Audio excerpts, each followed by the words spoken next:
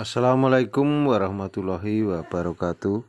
Saudara-saudaraku sebangsa setanah air dimanapun jenengan berada, sehat selalu, bahagia selalu. Di tanggal 1 Januari atau tahun perdana, kita berjumpa di tahun 2023. Semoga di tahun 2023 ini kita semua senantiasa lebih baik lagi. Program-program yang selama ini kita planning bisa terrealisasi di tahun 2023, dan khususnya petani porang di tahun 2023 lebih baik, harganya bagus, dan para pemain porang, penggiat porang lebih semangat lagi di tahun 2023. Dulurku sebangsa setanah air, seperti yang tampil di layar ini, apakah jenengan sudah kenal ini siapa? Ini adalah seorang remaja dari Gorontalo, usia sekitar 15 tahunan. Dan akhir-akhir ini di ujung tahun 2022 sempat viral, kondang. Ini adalah Fajar Bad Boy. Fajar ini terkenal bukan karena prestasi, tapi karena kecengengannya, suka menangis dan terlalu menikmati kegalauan atau terlalu lebih. Tapi dibalik itu ternyata memunculkan minat entertainment, baik itu TV atau podcast, channel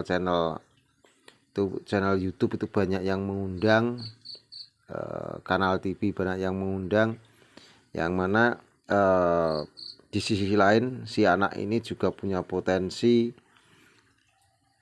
pinter pantun dan pinter merangkai kata-kata seperti itu, dan juga bisa menciptakan lagu. Dulurku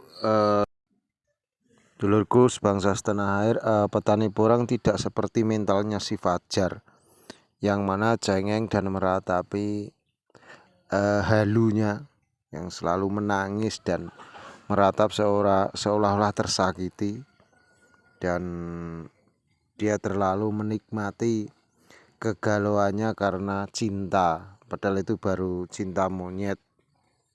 Dulurku sebangsa setanah air, khususnya petani adalah pejuang, dan petani punya mental besar, dan petani yang karena harga tidak sesuai terus meratap, selalu sambat, frustasi, trauma, itu memang ibaratnya yang bermental seperti Fajar. Tapi masih banyak petani-petani yang bermental baja, pedagang-pedagang, pemain porang yang mentalnya mental pejuang, jatuh bangun lagi.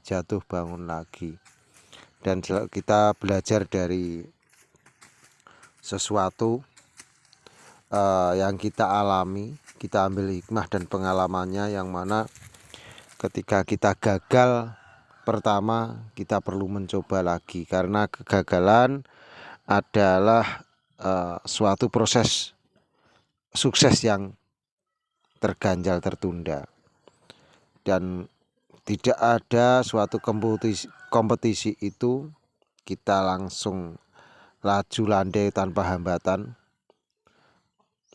dan nggak ada seorang juara itu nggak pernah kalah, dan juara itu pasti pernah juga kalah, mengalami kekalahan, dan kita belajar dari kekalahan itu, kita move on, kita bangkit, dan kita semangat lagi. Dulurku sebangsa setanah air dimanapun jenengan berada, kita mental seperti Fajar ini tidak bisa dijadikan icon. Tetapi sekarang ini lucu sekali, banyak TV, podcast yang memanfaatkan semacam ini. Apakah negeri kita ini dan mental zaman sekarang ya mentalnya seperti Fajar semua, malah difavoritkan gitu. yang berprestasi malah ditinggalkan. Dulur-dulur sebangsa setanah air dimanapun jenengan berada, petani porang, penggiat porang, dan pejuang porang, yang mana kita harus tetap semangat di tahun 2023 ini. Kita tidak hanya berharap, tapi kita juga berusaha. Kita sebagai petani harus bisa mengendalikan situasi. Jadi kita mengendalikan pasar dan mengendalikan mana saat lepas dan mana saat tahan. Jadi khususnya kalau kita mau jual itu kapan hal terbaik untuk jual, kapan harga tertinggi, dan kapan sekiranya kita bisa mengembalikan modal. Jikalau pasar itu nggak sesuai dengan ekspektasi kita, pasar nggak sesuai dengan harapan kita, ya kita tahan, nggak usah dipanen.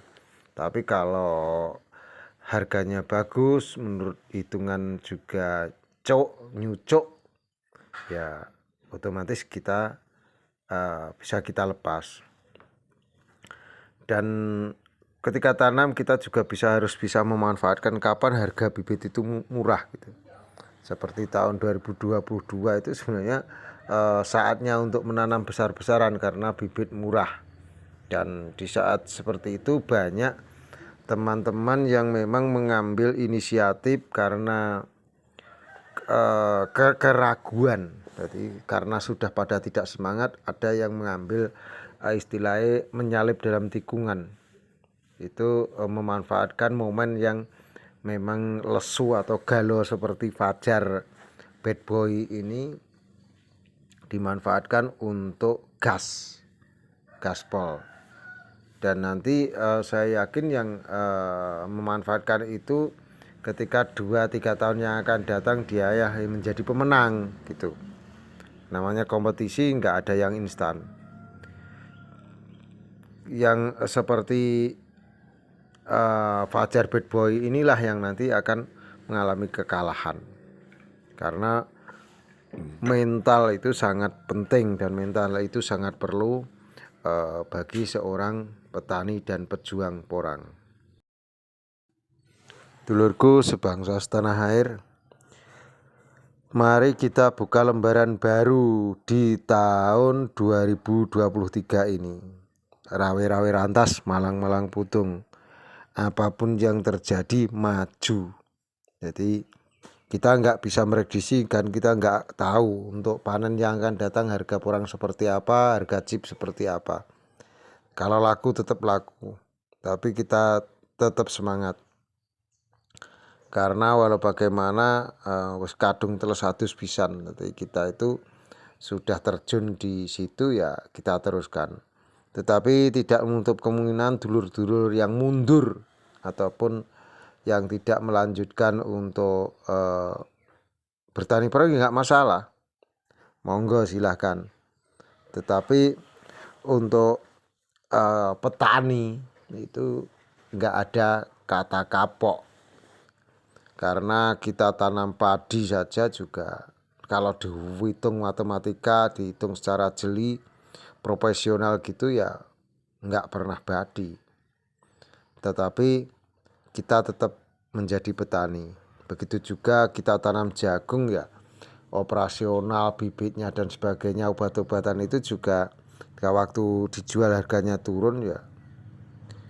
Tapi seperti petani buah pun juga sama, ketika musim panen raya ya harganya jatuh, ketika enggak waktunya musim ya harganya bagus.